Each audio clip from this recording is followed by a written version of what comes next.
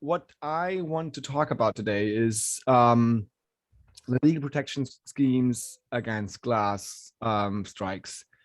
So what I actually would be interested in, I try to check it. If you just want to, you can state in the chat your country of origin, where you live or where you work. So I might get an impression on where you're situated, because I really try to look at the different countries. If you're willing, just state your like if you come from Spain, or from Greece, or from France, or Poland, wherever you are situated. So what do I want to do today is I try to take an European angle on this. And it's really easy to do, actually, because the European environmental law actually is consistent with a certain set of rules as mandatory, and those are implemented or need to be implemented in every European country. And so if you look at the core principles on how the European environmental law addresses these questions, we actually can extract answers to every country. So what I want to do is then I look at the main mandatory protection regimes. There's two, the Birds Directive and the Habitats Directive. And then I look at a few important cases. And if we look at the different cases, we will see the main issue that we need to solve. It's more like it's a problem, it's a question that we need to solve. And then we can maybe engage in discussion how to address it. So thank you for your answers. I see them. I hope that you can take something from it. So let's start with the core milestones. So in the late 70s, the Birds Directive was enacted. And one of the main provisions by the Birds Directive was Article 5. So the core principles of conservation measures, member states shall take the requisite measures to establish a general system of protection for all species of birds referred in Article 1. In Article 1, that's basically all wild living or wild naturally occurring birds in the wild state. So not pigeons maybe, but all other European bird species were protected. So it's really a broad spectrum of the protection. And prohibiting, so that is mandatory, is deliberate killing or capture by any method. So if you look at glass strikes, you will see that you would have a killing, and the question then will be, what is a deliberate act on killing these? So that was in the 70s, and later in the early 90s, there was another directive which was more precise on certain species and habitats, the so-called Habitats Directive, and it has a very similar protection regime, the Article 12, under which member states shall take the requisite measures to establish a system of strict protection for the animal species listed in Annex 4 in the natural range, and also they're prohibiting deliberate capture or killing of specimens. So if you see that it is prohibited to kill certain specimens, and the idea is if you protect certain specimens, the whole species would be protected because you would have less losses of specimens on that certain species. The Habitat Directive turned out to be really effective, and we will see certain cases that are focused on the Habitat Directive. The Habitat Directive is more like deeper in the protection and less broad. You have still a lot of species protected under the Habitat Directive, not only birds, but like fish and insects and mammals. But also it has been very well adapted to the different countries because usually that were species with high interest that people liked to protect. So there were a lot of things evolving on this. If we think again back to the birds directive is really in this broad scope. So all of these bird species are protected. So we see the similarities, these deliberate killings that are prohibited. So if we have findings that recur to the Habitat Directive, we can then take them and apply them to the Birds Directive because they are similar in structure. So what is actually prohibited? The main core I want to look at is deliberate killings. There are other things that are prohibited, mostly like special protection of certain areas and other limitations. I do not want to take on a look on this today because it would get too complex. The main interesting thing is the species protection, the protection against deliberate killings of specimens. So what I start with is not a bird, but the interesting case of the loggerhead sea turtle. The loggerhead sea turtle is a turtle that occurs in the Mediterranean, and it nests at Greek beaches. And there was actually I have forgotten the island on which that case was situated on, but it was a Greek island in the Mediterranean Sea where loggerhead sea turtles nested or still nest. And because it was apparently a nice beach, there were motorboats there, there were illegal buildings like bars and restaurants, and also there were streets where like motor vehicles were driving through, and these were mainly light and noise emissions that disturbed the loggerhead sea turtle nests, and they started to evade and go away. And the question was, is the Hellenic Republic now responsible for these disturbances of that loggerhead sea turtle? So is it a deliberate disturbance? So we're not looking at deliberate killings yet, but it will be a deliberate disturbance if you apply certain noise levels. And the ruling was that failing to take specific measures necessary to prevent the disturbances is deliberate. So deliberate is a common understanding. It also applies to killings. So it is enough that you know that it's happening, you know that there's noise, you know that there's light, and you don't do anything about it, basically. Like still have these restaurants, even if they're not have a legal permit, or you know that there is traffic going on these streets. That is enough to establish the deliberate act. That is still to the Hellenic Republic not doing anything about it was deliberately acting against a protective species. So then the question is, there was still discussions about whether that's really how deliberate should be understood, and also whether it's actually really applicable to killings. So what we look at now is a case that was discussed for the European Court of Justice, of course, but it was a case from Spain.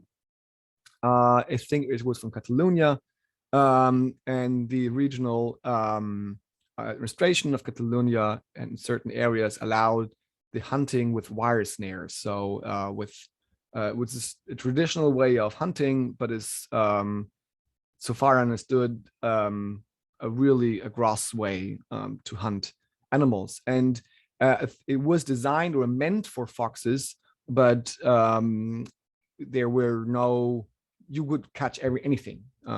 So basically, there were no selective catching methods. And also, well, if you catch foxes, you might catch other birds or animals. I think in this case, it was fish otters that are protected by the Habitat Directive. And that would be a killing, basically, because you would kill them through the wire snares. And so the question was, is this a deliberate killing? Because actually you want to catch the foxes, but you use a method that applies to all animals that can be killed by these methods, hunting methods. So the court ruled that the act intended the capture, killing of specimen belonging to a protected animal species, or at least the accepted possibility. So if you know that could be happening, then it's a deliberate killing. So if we now take a step back and look at bird strikes on glass, well, we don't want birds to collide with glass, for sure, but we know it's happening. And if we know it's happening, then it's actually a deliberate act of killing, because we build these structures. We know birds collide. Those birds are protected, some of them under the Natural Habitats Directive, all of them, well, mainly most all of them under the Birds Directive. So you would have a deliberate killing. So hence you would violate the Birds Directive. And this brings us to a conundrum, so a problem that we need to solve, because we have conflicting things we need to solve. One thing is that all species of naturally occurring birds in the wild state of European territory are protected. So you would have a broad spectrum of birds protected. Also, every deliberate killing of a specimen is prohibited. So it's not enough that, or it's not limited to a certain conservation status or whether the species is endangered or not. Every specimen is protected. So every individual killing would be a violation. And also, you would already have a deliberate act if the possibility is accepted. And you have many human activities where these things apply. These are streets where you would have collisions with cars, and also with glass structures. You know it's happening. It's easy to have at least one bird strike a year, often many more strikes. And yeah, so you would always have a violation. And this has been discussed over years, how to solve this. And one solution in the last year or a little earlier was to look at the protection regime, how strict it is. So there was a comparison made between the Birds Directive and the Habitats Directive. So the Birds Directive, if we look back at the Article 5 that I mentioned before, it is a member state shall take requisite measures to establish a general system of protection. In comparison, the Habitats Directive is meant to establish a system of strict protection. And so the argument was made, well, those would be established, was I discussed before with the cases in Greece and in Spain. Well, that is only because the Habitats Directive is more strict. And the Birds Directive is less strict.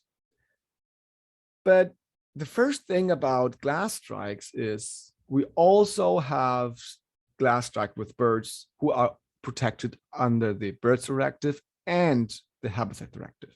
So this kind of solution doesn't really apply to glass strikes. That's the first issue. And the second thing is it was discussed before the European Court of Justice.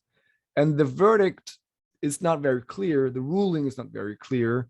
But there was a case where this is discussed.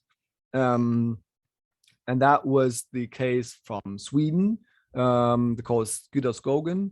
That means protect the forest. And Sweden allowed the clearing of a forest where wild birds and other animals. So it was not only about birds, but would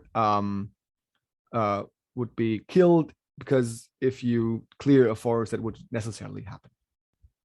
And the Advocate General made the argument that it introduced just before. So it argued that the Birds Directive is less strict, and because of it's less strict, it is enough if no bird species are endangered, whether they are not or they have no long-term decline in population. And the court ruled that restricting the protection only to endangered species or limiting the protection only to long-term declines in population is not within this the legal scope of the Birds Directive. So it rather denied that thought. So what we can assess now is, one, every specimen is protected. Two, deliberate is enough if we know it's happening. And third, we cannot limit the scope because the scope is broad. So what can we do now? So how can we solve it? The other idea was that there are exceptions to the Birds Directive. And the idea was that, well, the member states are allowed to derogate from the provisions, especially from Article 5 that I mentioned before, that if there are no other satisfactory solutions to the issue, like the killings or disturbances, and then you would need to have a certain reasons to do so, like interest of public health or interest of air safety and things. But the necessary requirement before you can have an exception is that there are no other satisfactory solutions to the issue. So if we look what Wolfgang Fiedler and Clemens Schleierhoff argued before, well, we know it's happening, one, and two, we know how to solve it actually, because we can protect the glass or we can protect the birds from the strike. So all this legal discussion we have has usually two possible outcomes, in my opinion. So the one is we need to assess, or the one solution would be, we don't have a deliberate act because there are no likely assessed collisions. So if I assess that there will be no killings, then it's not a deliberate act because I don't accept the possibility of a bird strike. The other way is we apply the protection against bird strike, but the protection is not a satisfactory solution. What is a satisfactory solution? Maybe it's too expensive. Maybe the aesthetics reasons that we had in the presentation at the beginning. So then we say, no, we don't want, basically, we don't want to take that solution because it's not satisfactory to us. And well, if you look at the measures that we can take to protect bird strikes or protect birds from striking glass, we don't have the argument actually that is not a satisfactory solution because it is rather cheap if it's done properly. It is rather it's not really an obstacle in sight. So you would need to have really specific reasons why the view on that window must be really clear and have no obstacles. In nearly all cases, you wouldn't see it from further away, or it would not really hamper your vision. So the thought about the satisfactory solution is rather limited. So we end up basically with the reason, the only way not, or we either have to apply the measures to protect from bird strikes, or it must be assessed that there's an unlikely bird strike event. So then we need to have an assessment, how to assess these questions. So if we don't want to put protection on all glass, basically everywhere, wherever it is, we need to have an assessment. Where is the high risk? Where is the low risk? This is German now, so sorry for that because I don't have it. It was made from Steyhoff and others who have, there was the idea of like a point system, and you would assess then the building or the building structure, and hence you would get a green, a yellow, or a red light. And the yellow and red would require some certain protection measures. But taking assessment every time you construct something is an issue, because at the beginning we talked about the knowledge gaps, because you would need to know about these issues to solve it. So my conclusion then would be is either we apply these protection measures everywhere, because now we don't have the knowledge issues a lot because we don't have to assess it, what's happening, or we use planning tools, because we will not get more specific requirements from the European Union. What we have now, the Article 5 of the Birds Directive and Article 12 from the Habitats Directive, is what we basically have. And if you want to be more precise, you know, all these questions about what we discussed before with the angle, what is a good protective point, or, you know, deflection system, not the deflection, sorry, yeah, certain muster of that buildings or glass structures. And all these questions can be implemented in regional or local planning tools.